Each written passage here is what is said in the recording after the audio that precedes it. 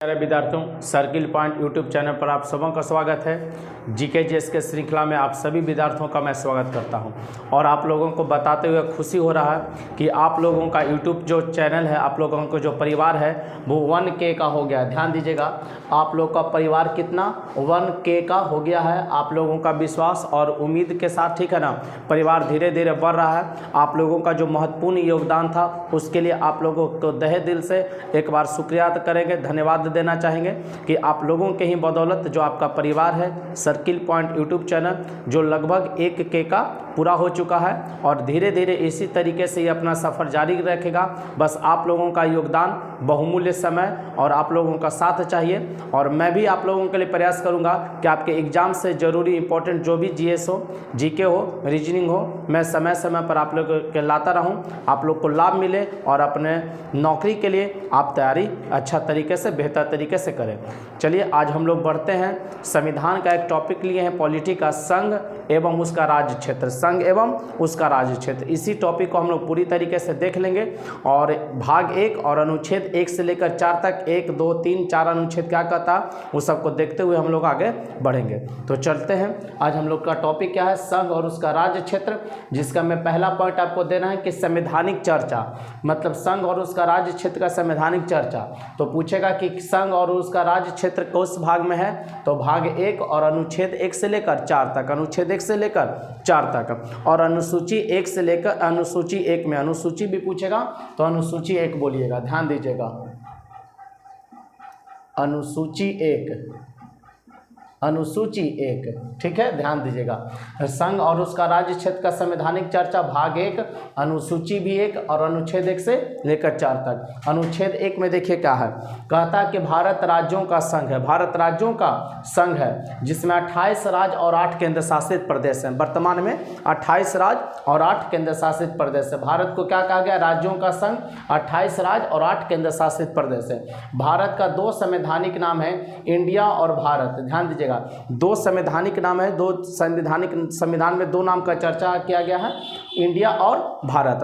और संयुक्त राष्ट्र संघ में, संयुक्त राज्य संघ में भारत को इंडिया के नाम से पंजीकरण किया गया। ध्यान दीजिएगा, संयुक्त राष्ट्र संघ में भारत को किस नाम से, इंडिया के नाम से पंजीकृत किया गया है। भारतीय संविधान में संघीय शब्द की जगह किसका प्रयोग हुआ है, तो राज्यों का संघ। ध्यान दीजिएगा, संघीय शब्द की जगह किसका प्रयोग किया गया भारतीय संविधान में, राज्यों का संघ का। नोट नंबर अगला देखेंगे, संघात्मक संविधान का सबसे प्रमुख लक्षण क्या है, संघात्मक संविधान का सबसे प्रमुख लक्षण क्या है, तो क्या बोलेंगे, केंद्र और राज्यों के बीच शक्तियों का वितरण, केंद्र और राज्यों के बीच शक्तियों का वितरण, यह संघात्मक संविधान का सबसे प्रमुख लक्षण में से माना गया है। अब इसी में ध्यान दीजिएगा, केंद्र और राज्यों के बीच शक्तियों का जो वितरण है, आपसे पूछेगा किस अनुसूची में, ध्यान दीजिएगा किस अनुसूची में है, तो आप क्या बोलेंगे, अनुसूची 7। किस अनुसूची में बोलिएगा, अनुसूची 7। और भाग पूछेगा कि किस भाग में है, तो भाग 11, भाग 11। फिर से,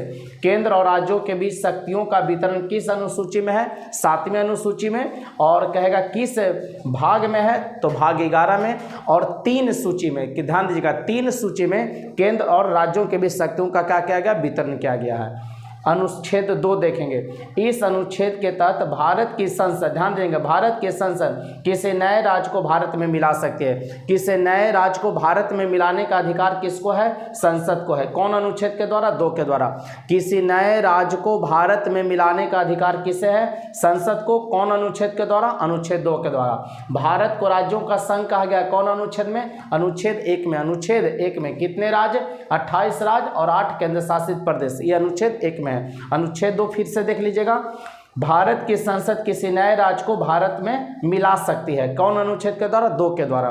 नोट देखेंगे, 36वां संविधान संशोधन, याद रखेंगे कि 36वां संविधान संशोधन 1975 के द्वारा सिक्किम को भारत का 22वां राज्य बनाया गया। कहेगा अब सिक्किम भारत का 22वां राज्य कब बना, ये पहले एक अलग स्वतंत्र प्रांत था, ठीक है, ध्यान रखिएगा। सिक्किम 1975 से पहले एक स्वतंत्र प्रांत था। 1975 में 36वां संविधान संशोधन 1975 में करके सिक्किम को भारत का केमा राज्य बनाया गया, 22वां राज्य का दर्जा दिया गया था। ये कौन बनाया, संसद है ना, संसद को अधिकार है, किसको अधिकार है, संसद को। अनुच्छेद 371 च, अनुच्छेद 371 च के द्वारा सिक्किम को विशेष दर्जा प्राप्त है। कहेगा सिक्किम राज्य को विशेष दर्जा दिया गया कौन अनुच्छेद के द्वारा, तो अनुच्छेद 371 च, अनुच्छेद 371 च के द्वारा सिक्किम को विशेष दर्जा दिया गया है। चलिए अब आगे बढ़ते हैं।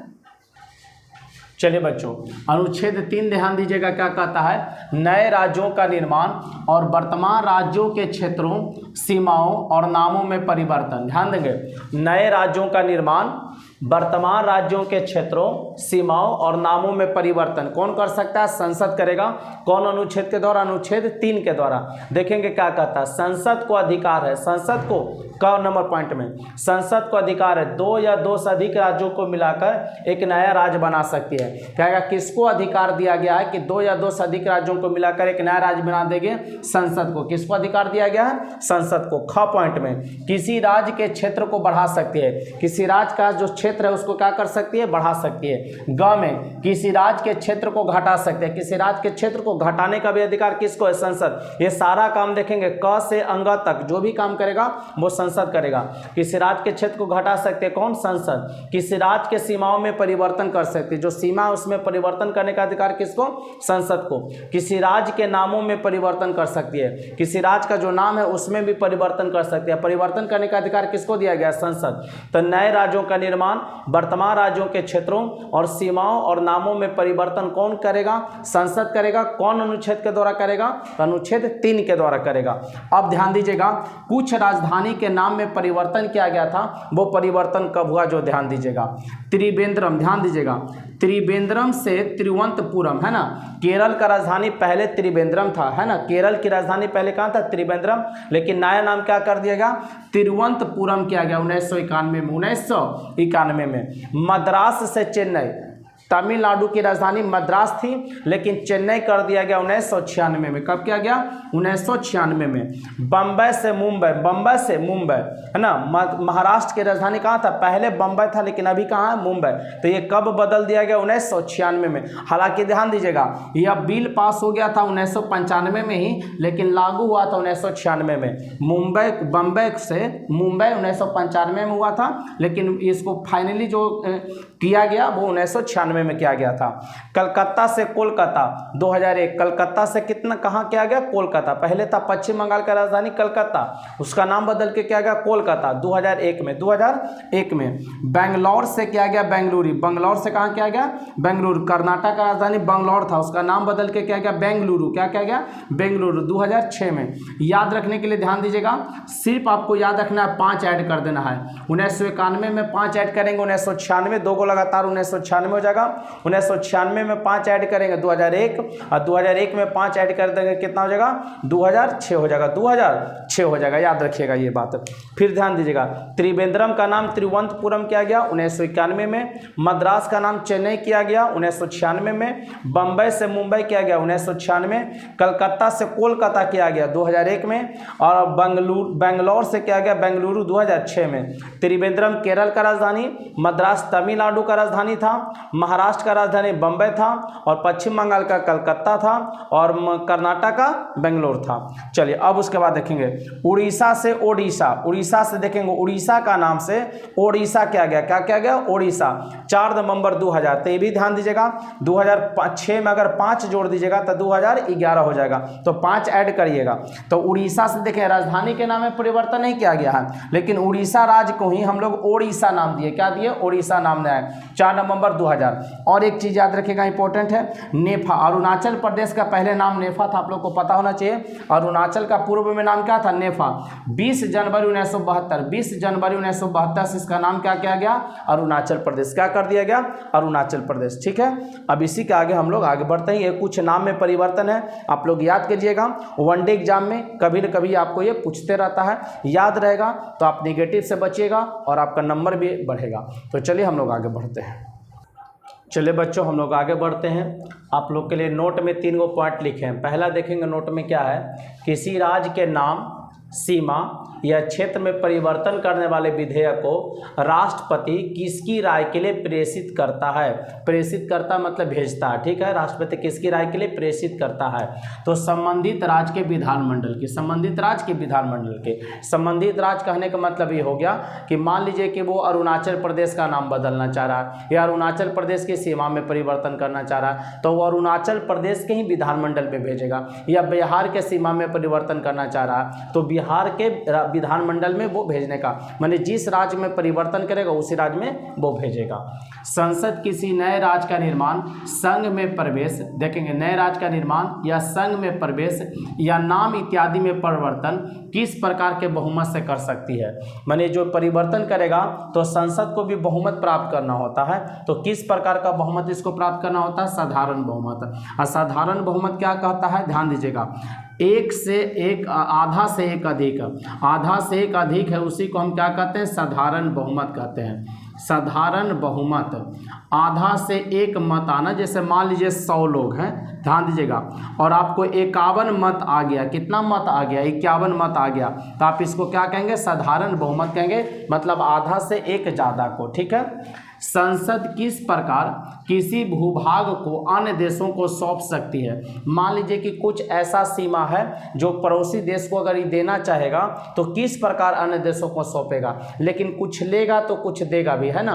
बांग्लादेश से कुछ मामला आया था कि बांग्लादेश को कुछ जमीन भारतीय संसद दिया भी था 100वां संशोधन करके, और कुछ लिया भी था, तो संविधान में संशोधन करके। ध्यान दीजिएगा, संसद किस प्रकार किसी भारतीय भूभाग को अन्य देशों को सौंप सकता है या अन्य देशों से लेगा, तो संविधान में संशोधन करके, संविधान में संशोधन करके। अब अनुच्छेद 4 देखेंगे, ध्यान दीजिएगा कि आप लोग को पता है संविधान संशोधन भाग 20 में और अनुच्छेद 368 के तहत किया जाता है, भाग 20 और अनुच्छेद 368। लेकिन 2 और 3 में ध्यान दीजिएगा जो परिवर्तन हुआ है, 2 और 3 में जो परिवर्तन है या संशोधन किया गया है, तो अनुच्छेद 2 और 3 के तहत किया गया परिवर्तन या संशोधन अनुच्छेद 368 के तहत किया गया संविधान संशोधन नहीं माना जाएगा। मतलब अनुच्छेद 2 और 3 में जो परिवर्तन हो रहा है वो सुविधा उसको 2 और 3 में खुद से मिला है, उसके लिए 368 का प्रयोग करने की जरूरत नहीं है। बात समझ गए? 2 और 3 के तहत जो परिवर्तन किया गया है अनुच्छेद 368 के तहत संविधान संशोधन वो मान्य नहीं होगा, वो पावर अनुच्छेद 2 और 3 में आपको संसद को दिया ही गया है, उसके लिए 368 लाने की जरूरत नहीं थी। तो आज हम लोग का टॉपिक संघ और राज्य क्षेत्र समाप्त होता है, और आप लोगों का एक बार फिर से दिल से शुक्रिया करेंगे लास्ट में, क्योंकि आप लोगों का जो सब्सक्राइबर है, परिवार है सर्किल पॉइंट यूट्यूब चैनल का, वो 1K को पार कर गया है, ठीक है ना। तो उम्मीद इसी तरीके से आप अपना विश्वास हम लोग पर बनाए रखें। मैं उम्मीद करूंगा कि आपके परीक्षाओं से संबंधित हर एक प्रकार की समस्याओं को दूर करूं और आपका रिजल्ट में एक रोल अदा कर सकूं, इसका मैं हरदम प्रयास करता रहूंगा। तो बच्चों, आज का क्लास यहीं तक, कल के क्लास में हम लोग मिलते हैं नए टॉपिक के साथ। तब तक के लिए जय हिंद, जय भारत। वीडियो को आप लोग लाइक कर दीजिएगा और ज़्यादा से ज़्यादा शेयर भी कर दें।